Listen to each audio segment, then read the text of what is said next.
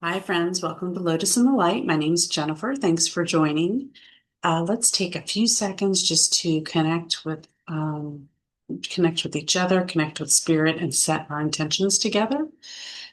So our intention for this time will be that spirit will communicate through me and into you at the same time, so that the words coming out of my mouth should confirm what you're hearing and understanding that this is a collective, a broad audience. And so some words might be for you and some may not. So take what resonates, leave behind what doesn't. We're setting the intention that this time and space is for divine love and light only, for us to open our hearts, so you can picture your heart opening like a flower, allowing spirit from within to pour forth, opening our spiritual eyes and spiritual ears. Let's take a deep breath together just to make sure that that connection is full and open and flowing. Deep breath in.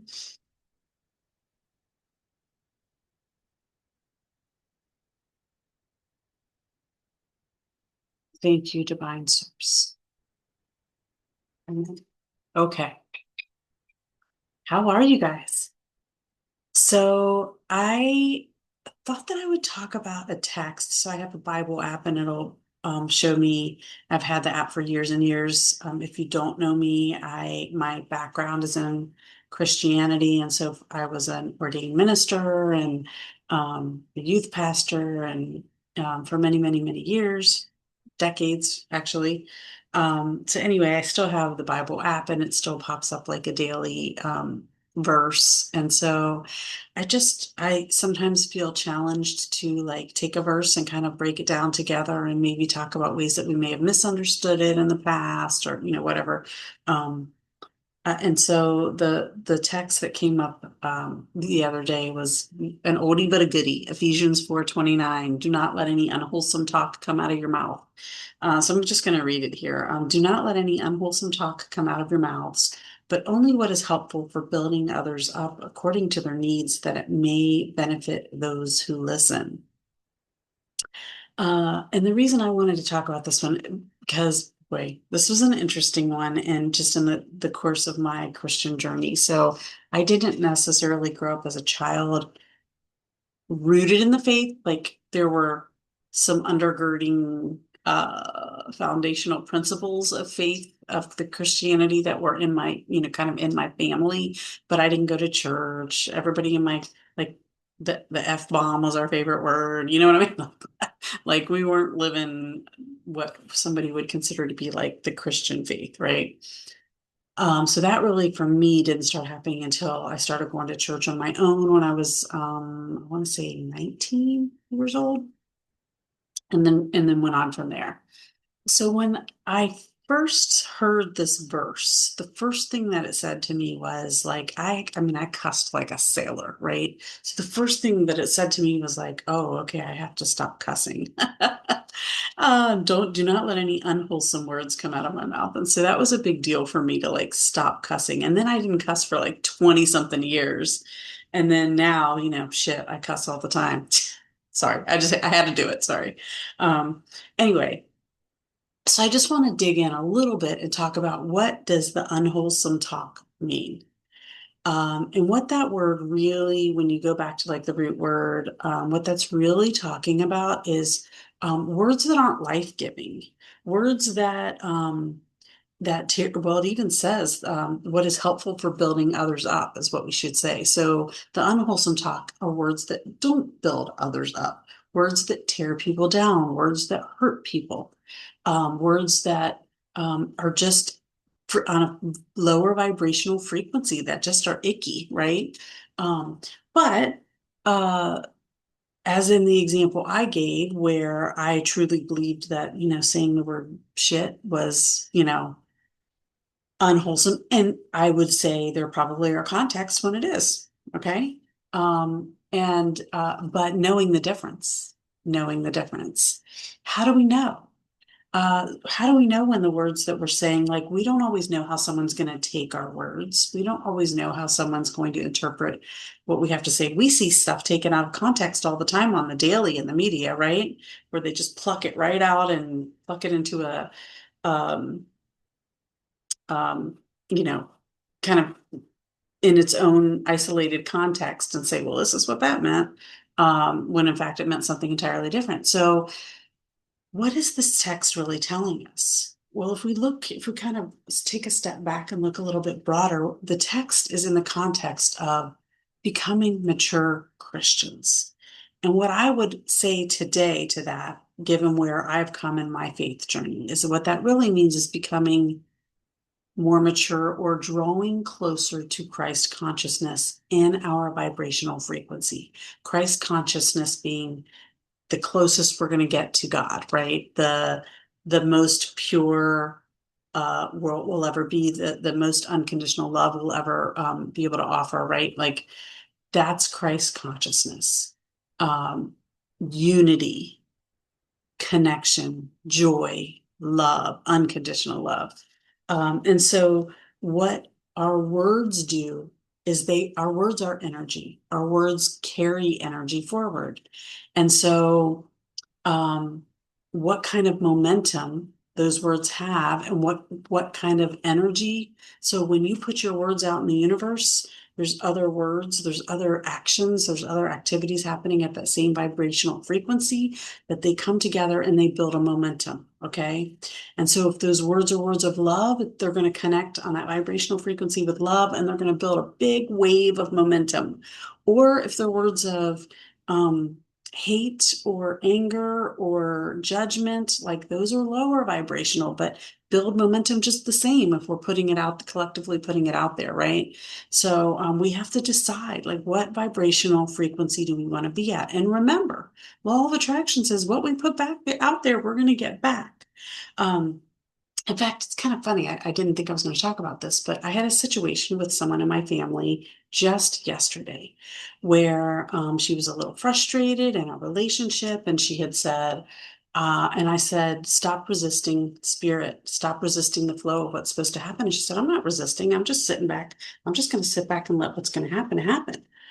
But she was resisting because she was sitting back in a posture of negativity, in a posture of disdain. So even though she wasn't physically doing something, she wasn't saying words, she wasn't texting messages, she wasn't going anywhere, doing anything in that situation, she still, her posture carried an energy. She was still putting forth an energy and I said, that energy that you're putting forth is an energy of resistance to spirit because it's a negative energy. That's how you know. And that's where I was kind of getting to with how do we know if our words are wholesome or unwholesome? Well, again, are they giving life or are they tearing people down? Are they healing? Are they edification to your soul and other souls? Um, uh, are they helping to make you new and bringing a new loving attitude? So think about those fruits of the spirit that I taught. I feel like I reference them all the time in Galatians. What is it? Galatians. Oh my gosh, memory 5, like 22, I think. Um, do your words bring joy, hope, love, peace, compassion, kindness? I don't know if all of those were right, but patience. Um, and I'm not saying do those words bring that for someone else. It is not for us to judge and determine how we're impacting someone else because they might be at a different vibrational level. You might be putting something out there with um judgment and it might just bounce right off of them because they ain't having that, right? Or you might put it out there with love, but they might receive it with judgment because they're in a negative low vibrational space where they're judging themselves. We can't control that. All we can control is what we put out and with what energy we put it out with. Okay. And the way to know is what kind of fruit it produces in you. Okay. You are the litmus test. So when you put, and this is why I keep saying it's so critical to be in touch with your body. When you put words out there, what sensation does it bring your body? If you just quieted your body And let's say you just said something to someone and you're like overthinking a million times. Should I have said that? Did I say the right thing? Okay. I want you to take those words. This will be a great exercise if you're beating yourself up over something. Take those words. Maybe you need to write them down so that you can read them. So read them to yourself, say them to yourself. Ask Spirit, how do you feel about it? Ask Spirit, ask your soul to show you how they feel.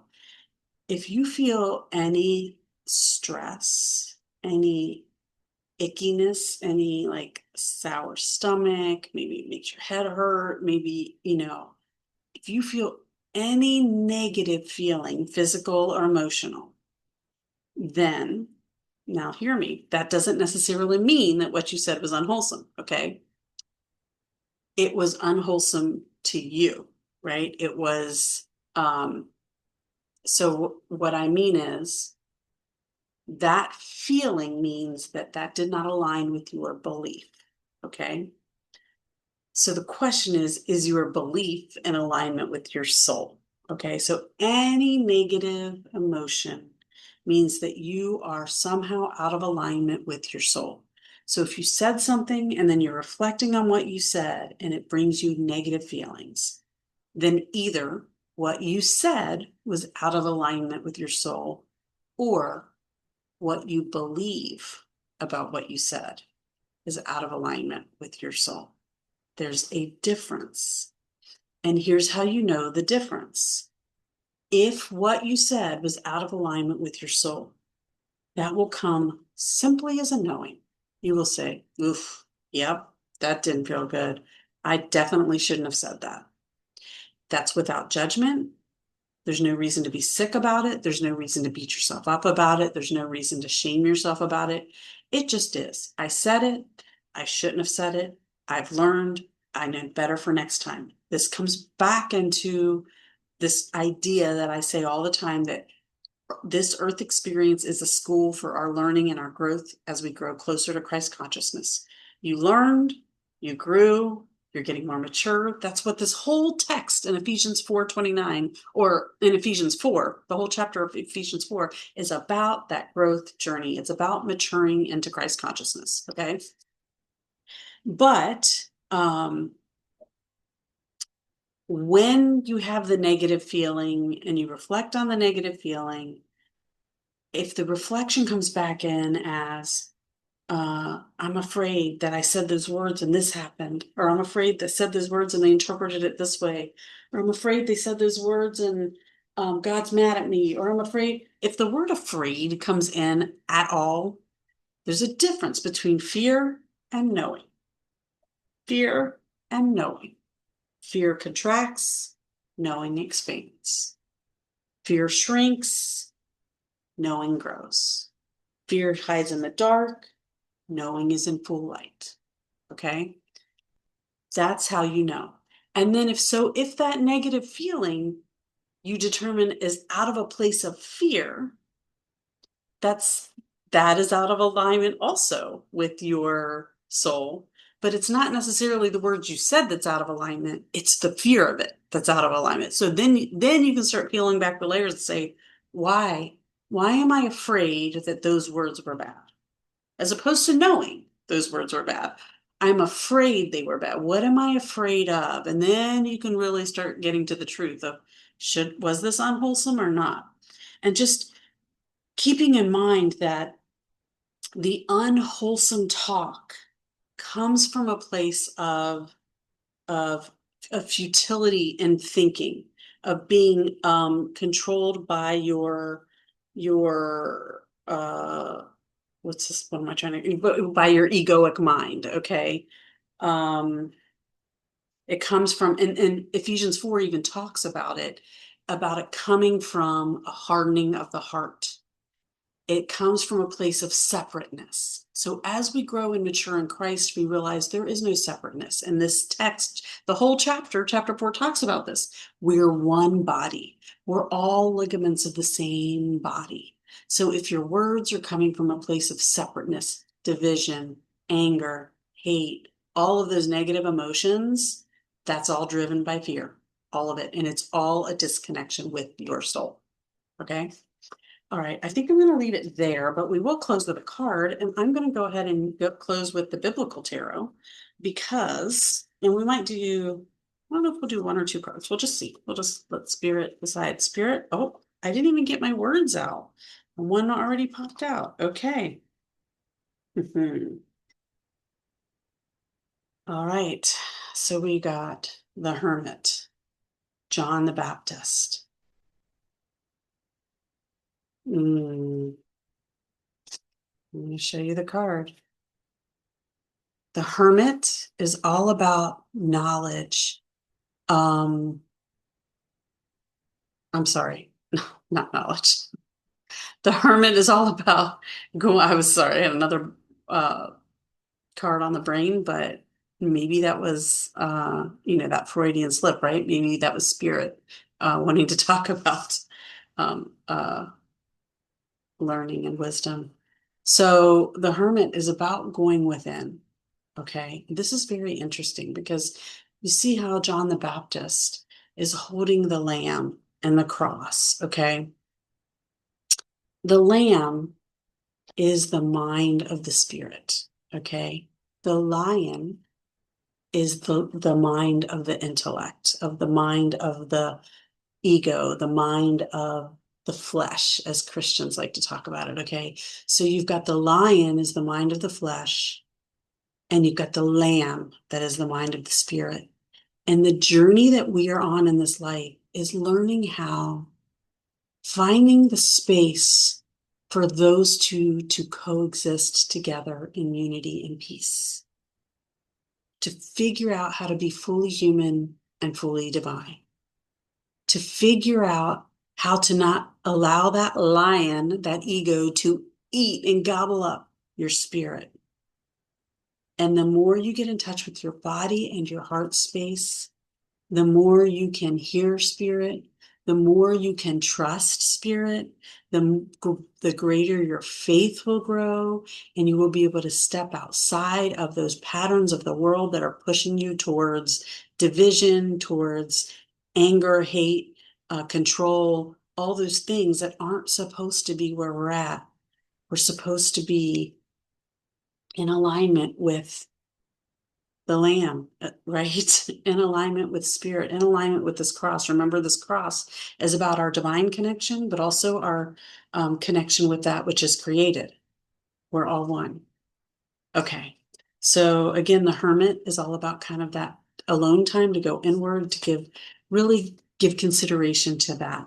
And should we, I'm just going to leave it right there. I think spirit has said everything that they need to say. So with that, I hope you have a blessed and wonderful day. Peace out.